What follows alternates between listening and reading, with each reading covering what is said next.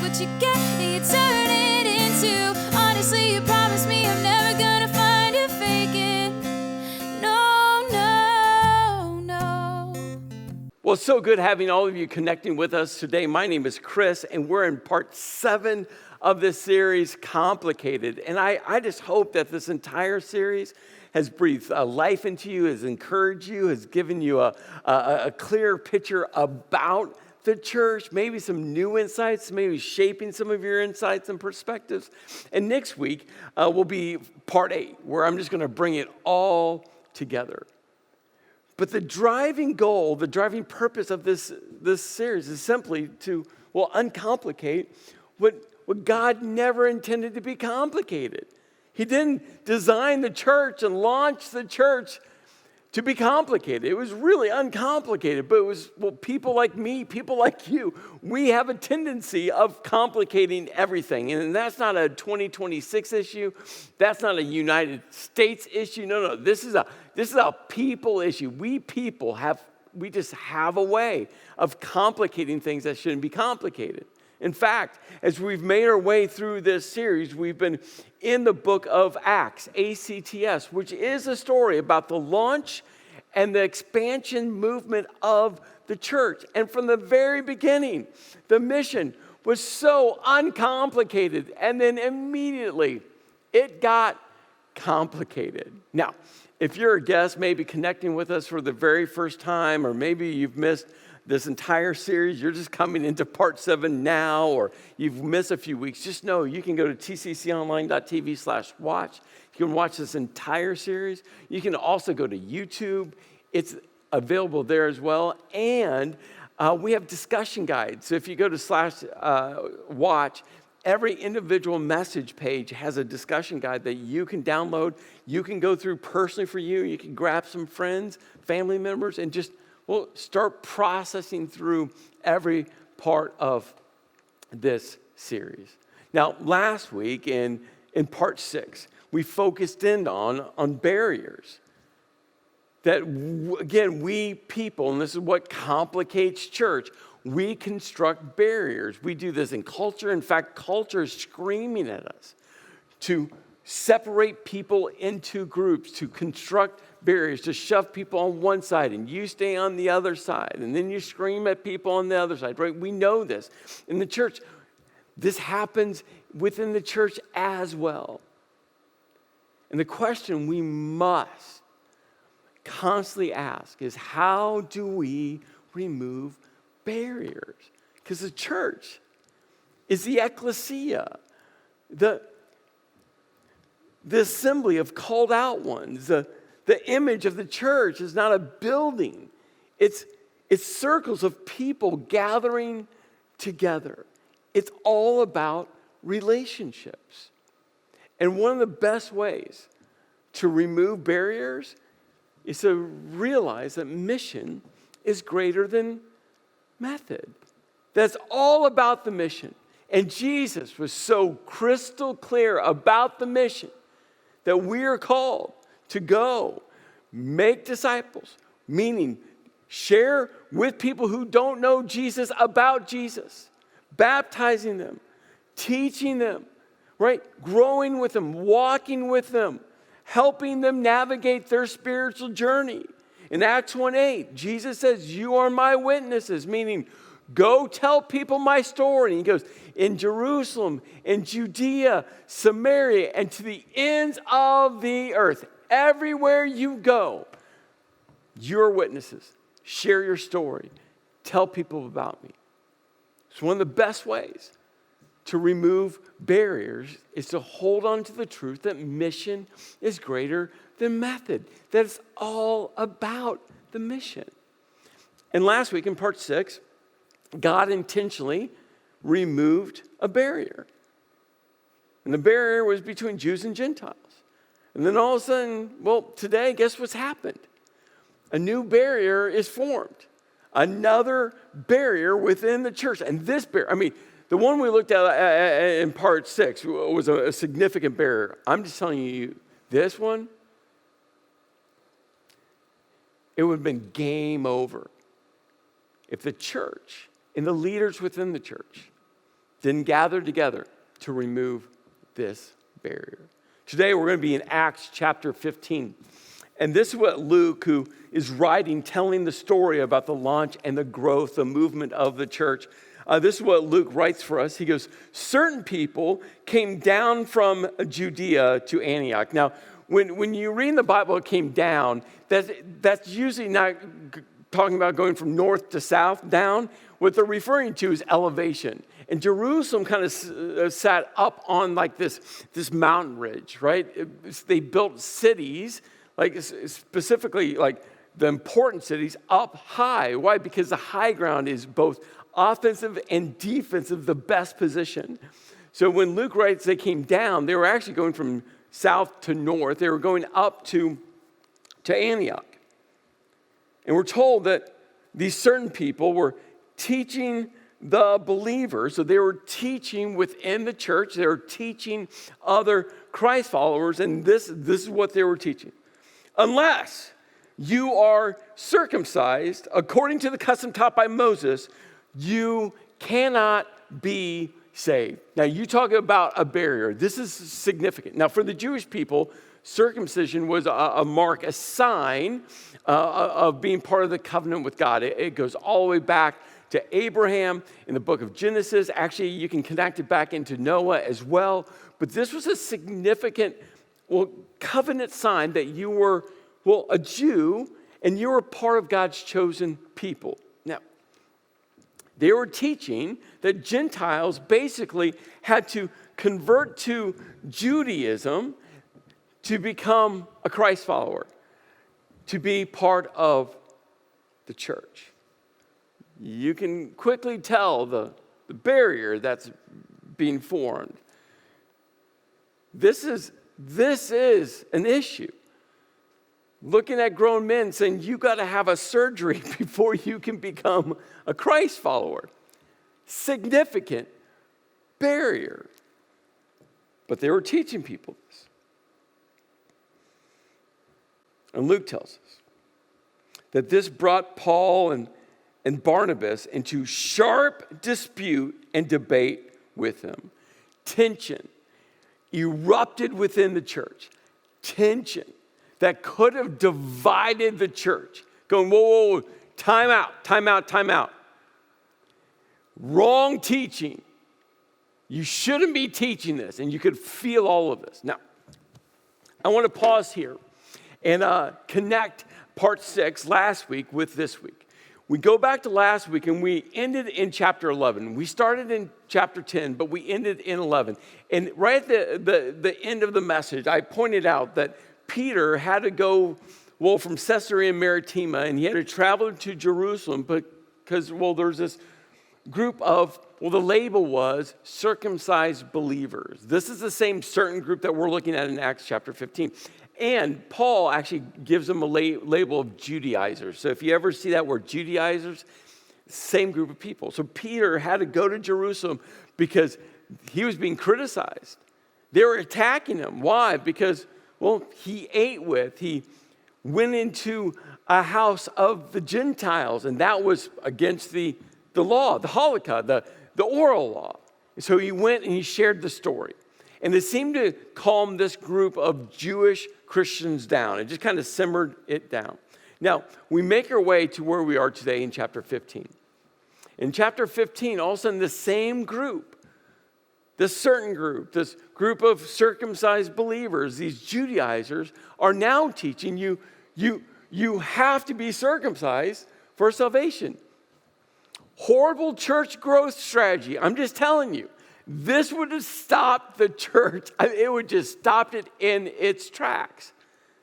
Beyond the horrible church growth strategy, it's not theologically correct. Now, between chapters 11 and chapter 15, we just flip through pages. But what we have to understand is, there's months and months, if not a year or two, that goes between these chapters. You see, the book of Acts is just the highlight reel of the launch and growth of the church. That's all Luke is doing. It's not every detail, not every conversation, not every decision, not every leadership situation, not right. It's just a highlight reel. So as we make our way through the book of Acts, we have to realize there's chunks of time in between these verses, in between these chapters. And same thing here. And what we discover is in between chapters 11 and 15, the Apostle Paul writes this letter to the churches located in the region of Galatia. We call it a book of the Bible, Galatians, but it was a region it's located in modern-day Turkey. And he writes to all of these churches connected to different cities located in Galatia. And in Galatians chapter 2, we're going to see how intense this sharp dispute was. We're going to see how intense this debate was. We're going to see the tension that erupted within the church that led into where we're going in Acts chapter 15. This is what Paul tells us in Galatians chapter 2. This is what he writes. When Cephas is Peter. Peter is the Greek name. Cephas is Aramaic. And then Peter/Cephas, his Hebrew name was Simon. So we have Peter, Cephas, Simon, all the same person. Paul's just using his Aramaic name. He goes, when Cephas came to Antioch, I opposed him to his face. Now, pause quickly. That's how you lead. Paul went right to Cephas, right to Peter, to his face. He didn't stand in the lobby having a conversation about another leader. He didn't stand in the grocery line holding his milk and eggs, going to check out and having a conversation about someone else. He didn't call someone else to say, hey, I got an issue with someone. No. Paul goes right to Peter, right to him and said, hey, we have an issue and we need to talk now. And this snapshot we see over and over again. The Apostle Paul goes to people, has conversations with people. This is how we lead at Tri-County Church. I'm just telling you, this is how we lead. We go to people and we have loving and sometimes tense, but always grace-filled conversations. Why? Because we want the best for the person and we want the best for the church. And this is what you're going to see here. Paul goes to Cephas and he goes, I opposed him to his face because he stood condemned. Again, can you feel that tension? But remember, tension gets attention. This is what Paul's doing. And Paul writes, before certain men came from James. This is the same group of people. These circumcised believers. He used to eat with the Gentiles. This ties back to chapters 10 and 11. Peter wasn't going to eat with the Gentiles. And God gave him the vision. And God's like, hey, all food's clean. There's not unclean and clean. He's like, all of it's clean. And all of a sudden, Peter's like, oh, I can eat with Gentiles. So he started doing this. But then something happened. But when they arrived, he began to draw back and separate himself from the Gentiles because he was afraid of those who belonged to, and here's this same group, the circumcision group, the Judaizers. Fear welled up within Peter. And we see this within Peter from time to time. Think about the story about him on the boat. He stepped out onto the sea to walk in the water to Jesus. He took his eyes off Jesus, saw the waves, got fearful, sunk. Jesus is on trial. 3 times. Not once, 3 times. He denied even knowing Jesus. He was afraid. And here we have Peter again. And Paul calls it out. He was afraid of the criticism. He was afraid of what people were saying about him. He was afraid of the tension. And he backed away. He backed away. You see, being a Christ follower takes incredible amounts of courage. And in this moment, Peter shied away. He shied away. He was afraid of those who belonged to this circumcision group. And Paul goes on, he goes, The other Jews joined him in his hypocrisy, so that by their hypocrisy, even Barnabas. Now, Barnabas we started off in Acts 15 just a few moments ago. It was Paul and Barnabas together, same Barnabas. And Paul says, hey, Barnabas, a leader with me, a key leader in the church. Barnabas was even sucked into this group. He got led into it. He caved. He was like, okay, I guess we got to listen to it. But when I saw that they were not acting in line with the truth of the gospel, again, this is it. Paul's like, hey, this is about the gospel.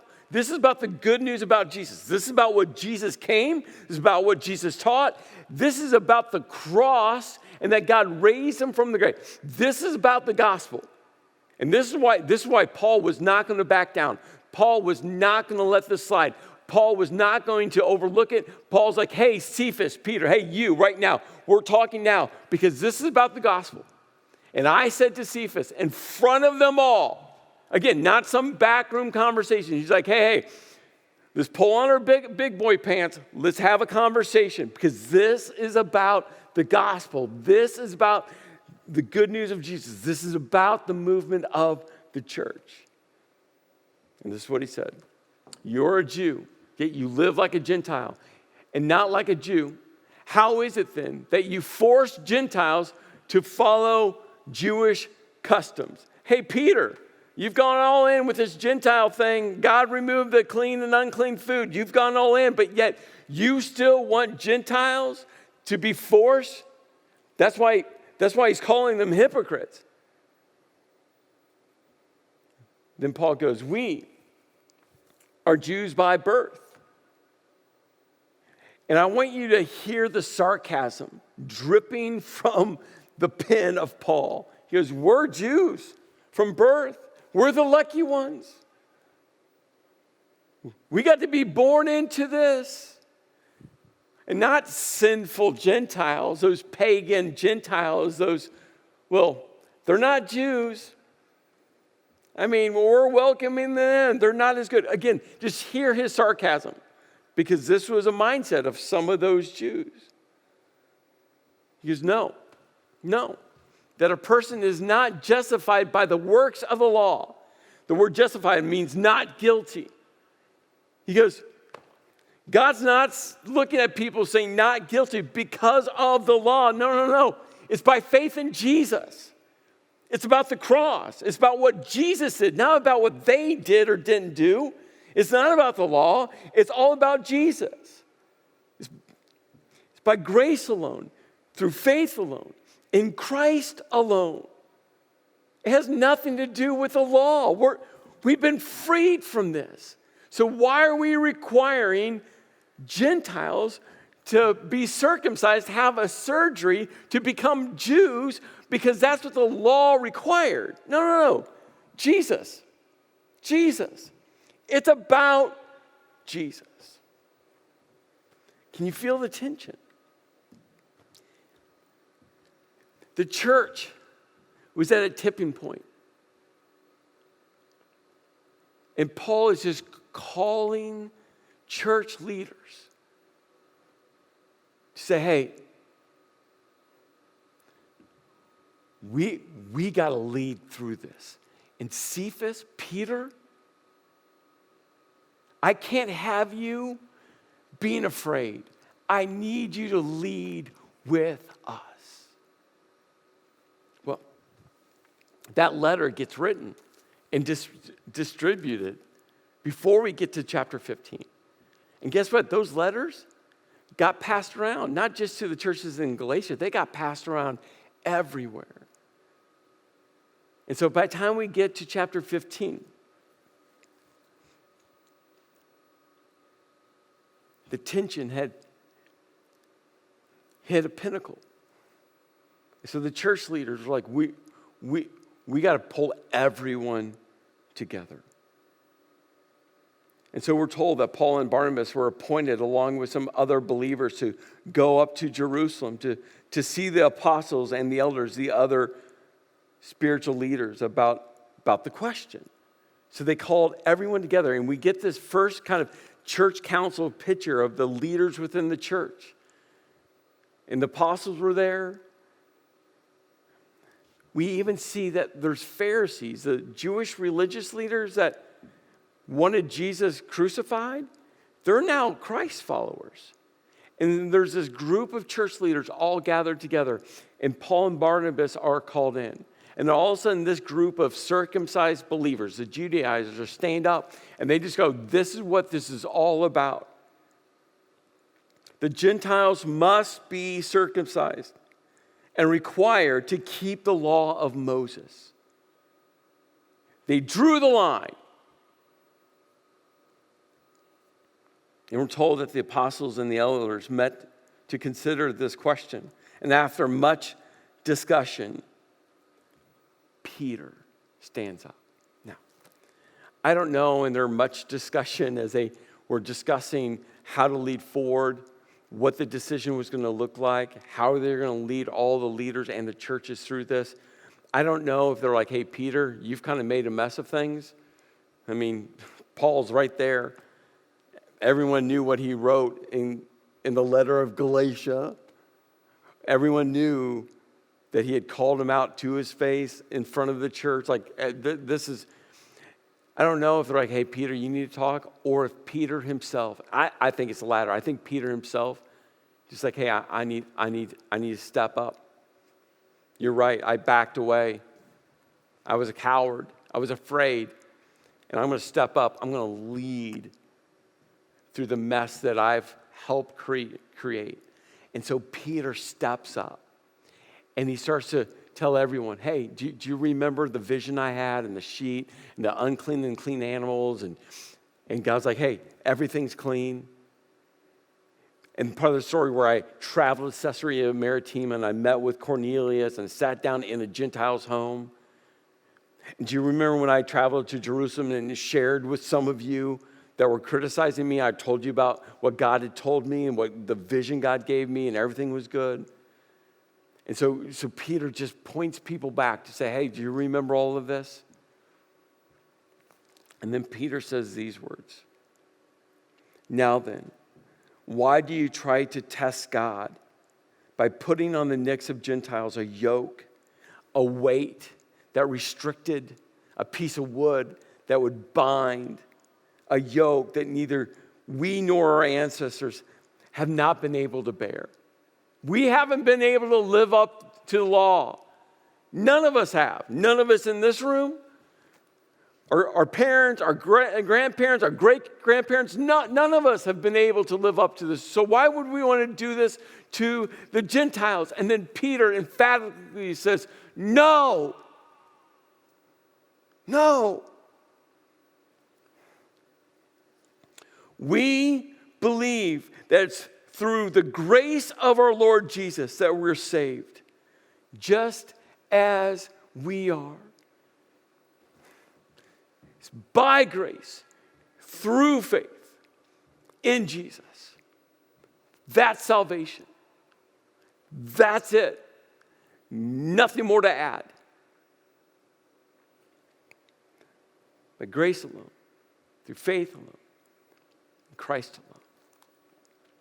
And we're told that the whole assembly became silent as they listened to Barnabas and Paul they were sharing stories about, personal stories, about interactions that they have had with who?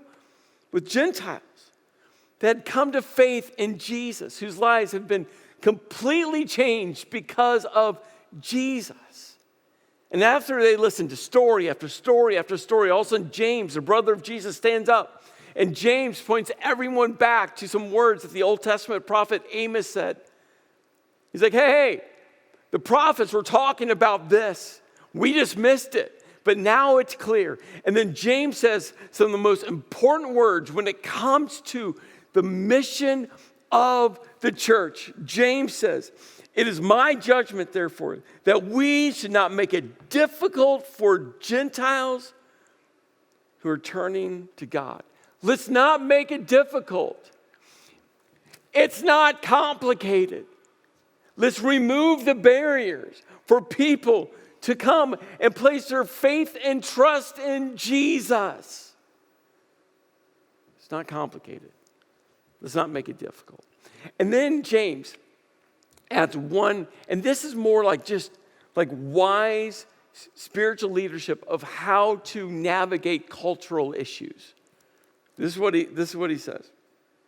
Instead, we should write to them and telling them to abstain from food polluted to idols, from sexual immorality, from the meat strangled animals, and from blood. And you might be like, what? That feels like a left turn. Here's what James is doing. Hey, there's still some tension between Jews and Gentiles when it comes to this food thing. Yes, everything's clean. But for the Gentiles, like some of their pagan worship practices, they would have sacrifices in the temple, and then that food would be sold in the market. And what James and the other spiritual leaders were like, hey, Gentiles, can you just be a good neighbor?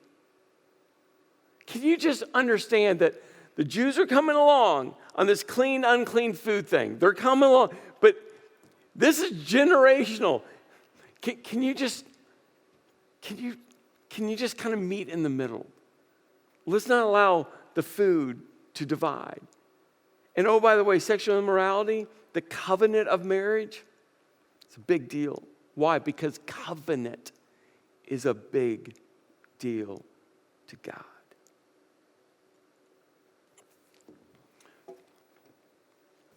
I've shared these tools before, tools that I pull out of the toolbox, not just for this series, but every weekend when we teach, that we will want to help construct a clear biblical framework. We want to challenge perceptions and perspectives, and we want to coach how to process, how to respond, right? The coaching process is say, hey, we're all, the word justification is all about God through Jesus on the cross saying you're not guilty. When you place your faith and trust in him, you're not guilty.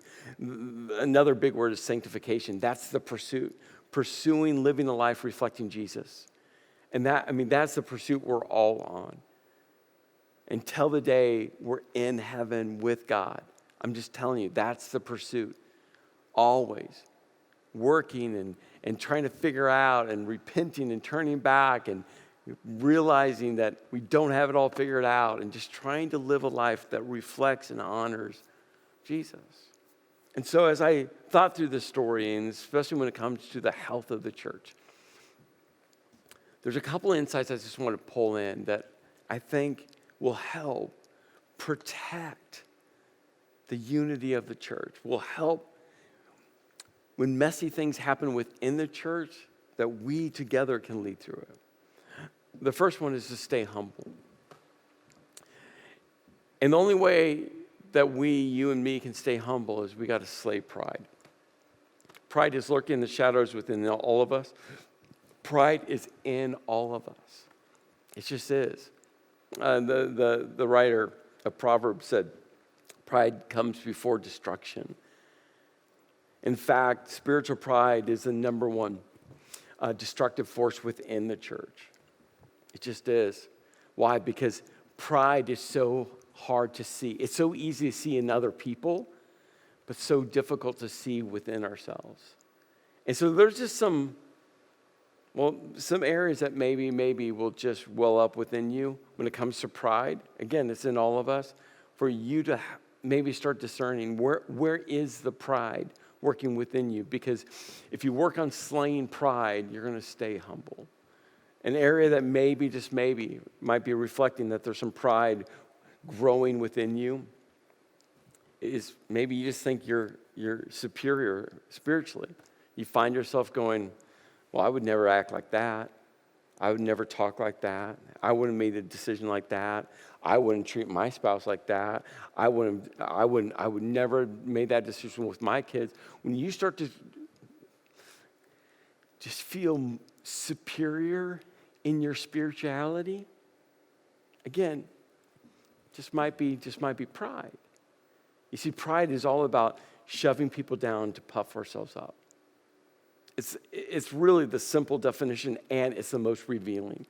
When we have thoughts or we say things that just shoves people down and it just puffs us up, and it happens spiritually.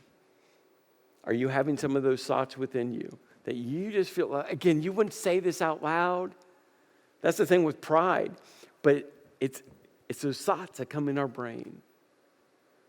My encouragement for you, you should just call yourself out. When those thoughts come out, like, man, that's filth. I can't believe I thought that. I can't believe I said that. Oh, yeah, I can't believe, because what? We're all sinners, saved by Jesus. His grace covers it all. Do you find yourself becoming defensive? If someone kind of holds you accountable or someone challenges you, do you find you just bowing up? Whether you become defensive out loud or it's just all within you, but you feel, you're like, how dare you? I mean, I could tear you apart. I know, like, you're not really good in that area and you didn't do that right. Like, you just want to become defensive. It just might be some pride growing within you and you just need to slay it. Maybe for you, it's look at me. You just want the spotlight on you. You want the praise. Now, we all want encouragement. Right? We all want high fives. I'm not talking about that. You know what I'm talking about. When you find places to serve, when you find places to lead, why? Because you want more people to know about you. It's a look at me. And one closely tied to it is it's about me. That you think serving is all about you. I mean, Jesus said serving is about scrubbing feet. That's serving. If you want to see if it's about me as pride, do something you don't want to do. Do something you don't feel called to do. You don't feel gifted to do. I mean, we in the church use all those buzzwords that really is about pride. But we wrap our spiritual superiority around it.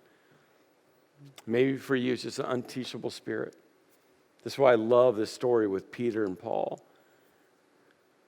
Paul hits some tension within Peter, calls him out. But then we see Peter leading leaders, calling himself out. Do you have a teachable spirit? Or maybe it's just constant criticism. You're just criticizing everything. You're criticizing church stuff. You're criticizing your boss, your school, your teacher, your coach, your everyone. You just have a spirit of criticism. You're not coming beside people to help something become better. You're just sitting on the sidelines pointing it all out, and it just might be pride. You got to slay pride to stay humble. Where is the pride within you? Another way is to share stories. Again, I love this moment with the church council. Barnabas and Paul just started to share stories after stories about what God is doing. Stories lift your eyes up out of the mess, out of the tension, to keep focused on the mission, the gospel, the good news about what God is doing in and through his church. The more stories you share, the more stories that you share your story, other stories of what God is doing, I'm just telling you, it keeps focused on mission. Seek unity. Seek unity. Paul made it clear. I went to Peter face to face. Yeah, tense conversation, difficult conversation, all that's true. But it's protecting the unity of the church so we could lead together. Jesus in John 17 prayed for the unity of the church. Why? So that people who don't know him would lead into the church, because they'll see how the church chooses to lead in tension, in division. And we have to stand on mission. Got to stand on mission. Stand on mission. That's the foundation. Jesus. What he did on the cross. Stand on mission. It's by grace alone, through faith alone, in Christ alone. Let's pray. Lord, I just ask that we'll hold tightly to that we'll be self-reflective within ourselves, and that Lord, we'll hold on to the mission that you've placed upon your church, and that we will courageously lead. In your name I pray. Amen.